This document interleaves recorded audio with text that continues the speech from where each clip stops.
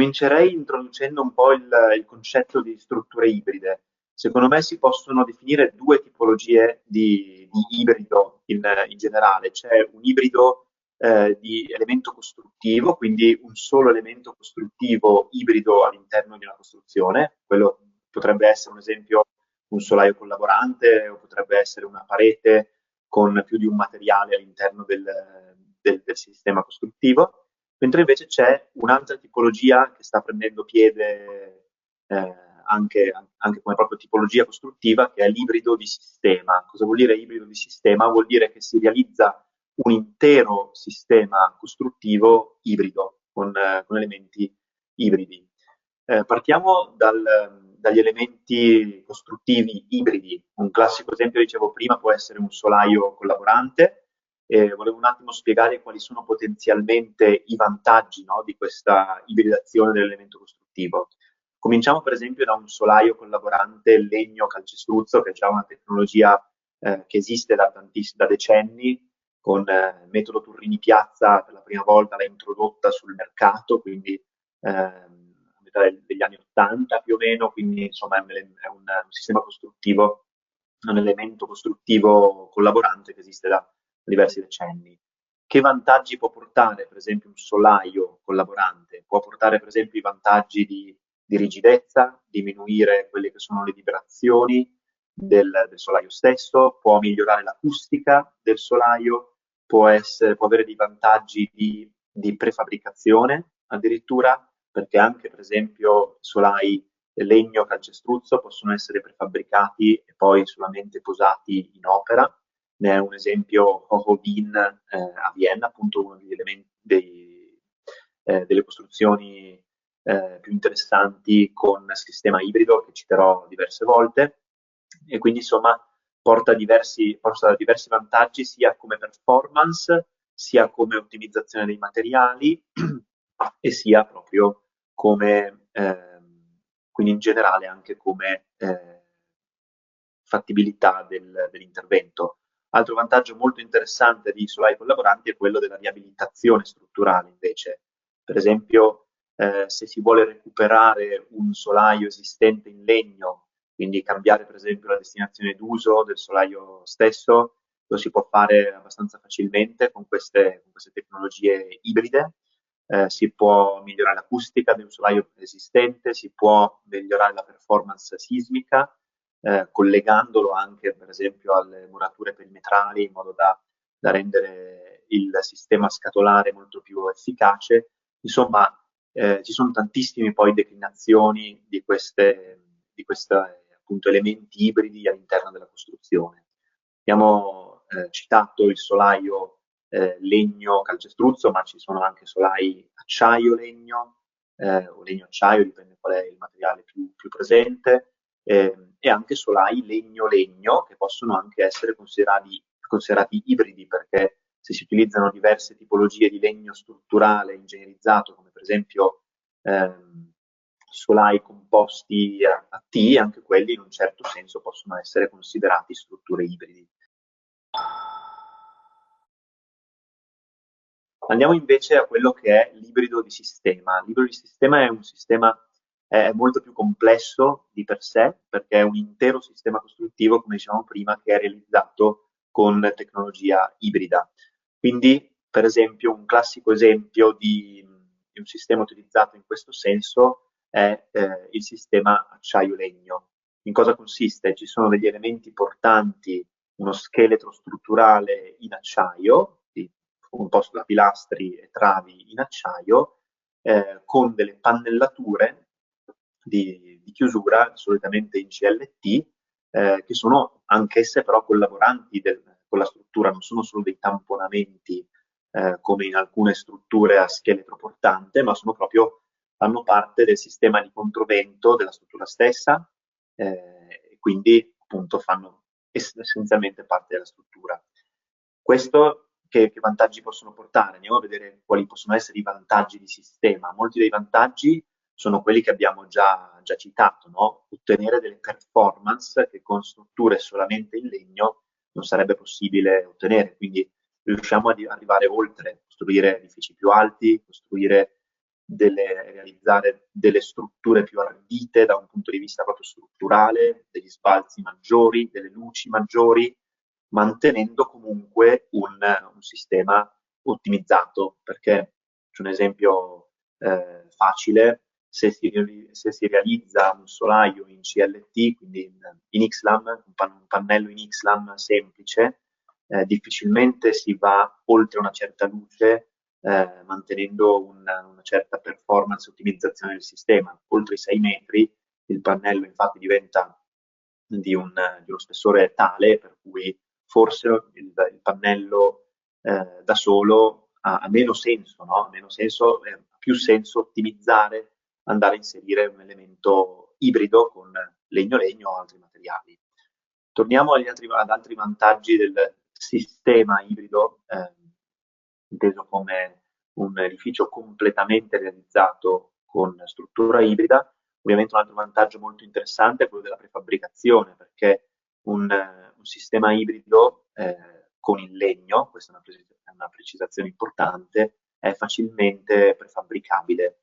Il fatto che sia prefabbricabile ovviamente ci permette di ottimizzare molto di più la costruzione, ci permette di essere più veloci, mantenendo sempre le performance maggiori. Il fatto che sia prefabbricato, ed è una cosa che non sempre si sottolinea, però è molto interessante, vuol dire anche che è smontabile.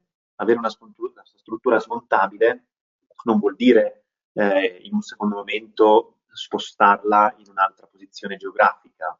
È sempre possibile farlo, ma raramente viene fatto una cosa del genere. Avere una struttura smontabile è interessante da un punto di vista della sostenibilità, quindi il fine vita dell'edificio, ma anche da cambiamenti della struttura stessa, quindi un ampliamento viene realizzato facilmente smontando una parte dell'edificio in maniera molto, molto semplice, appunto. La smontabilità è anche interessante dal punto di vista della riparazione della struttura stessa, perché se per esempio si danneggia la struttura e si vogliono riparare o sostituire delle parti, lo si fa in maniera molto semplice, per problemi di durabilità, problemi di sismica, per esempio, dopo un evento sismico importante, se sono degli elementi che sono danneggiati, per qualsiasi cosa essenzialmente. Anche nella stessa Rotoblas, edificio che più o meno ogni 6 anni viene ampliato, il fatto che sia un edificio smontabile aiuta moltissimo nel gestire le fasi di cantiere e di ampliamento della struttura stessa. Altri vantaggi della struttura ibrida integrale, diciamo così, è il fatto che si può non solo prefabbricare la struttura, ma si riesce in tantissimi casi a prefabbricare proprio la facciata, per esempio, o l'intero sistema costruttivo. Faccio un paio di esempi. Per esempio, quando si parla di facciata prefabbricata, ed è di solito un sistema che si sposa molto bene con le strutture ibride, si riesce a prefabbricare non solo la struttura, ma anche a finire tutto quello che in inglese viene definito building envelope, quindi tutto il pacchetto fino alle finiture esterne della facciata stessa, no? Questa prefabbricazione della facciata si sposa molto molto bene con le strutture ibride con il legno, perché solitamente vengono utilizzati dei pannelli in CLT tagliati a controllo numerico, quindi si possono realizzare le forme che si vogliono, sono di peso esiguo e di conseguenza sono facilmente anche installabili, trasportabili e maneggiabili, diciamo, in fase di cantiere, anche con tutte le finiture già applicate, e il legno ci permette anche di avere quella precisione, quella tolleranza costruttiva che alcuni altri materiali non ci danno. Andiamo a definire, a spiegare un po' meglio le connessioni per strutture ibride. Facciamo un focus sulle strutture ibride acciaio-legno. Esistono diversi sistemi di connessioni già presenti sul mercato. In particolare, ovviamente, come azienda ci stiamo spingendo tanto a definire, a certificare, a progettare nel dettaglio questi sistemi di connessione. Come al solito, quando si introduce sul mercato un sistema costruttivo diverso, in primis si parte appunto dalla definizione degli elementi costruttivi, quindi pannelli, pilastri, travi, eccetera, o sistema, in questo caso ibrido. In un secondo momento si comincia a guardare nel grande bel mondo delle connessioni, appunto, perché non esiste sistema senza poi la connessione tra gli elementi costruttivi. In particolare, cos'è che si guarda quando si va a progettare questi sistemi di connessione? La prefabbricazione, la smontabilità, il fatto di poter già pre-montare e prefabbricare anche le stesse connessioni all'interno di uno stabilimento costruttivo. Quindi queste connessioni non devono solo avere una certa resistenza o una certa performance strutturale, ma devono anche seguire un po' tutto quello che è il concetto, no? Delle strutture ibride, prefabbricabili e smontabili. Di conseguenza, appunto, sono tutti elementi di dimensioni contenute che stanno all'interno del pannello senza protrudere dalla geometria, in modo tale che siano facilmente nascondibili e facilmente anche trasportabili con la connessione già montata. Un'altra peculiarità è il fatto di avere delle connessioni solitamente realizzate con lato legno, con viti a tutto filetto, con appunto un'inclinazione. Questo, per chi fa strutture in legno, è sinonimo di grande resistenza e grande rigidezza, quindi si preferisce questo sistema per la connessione lato legno.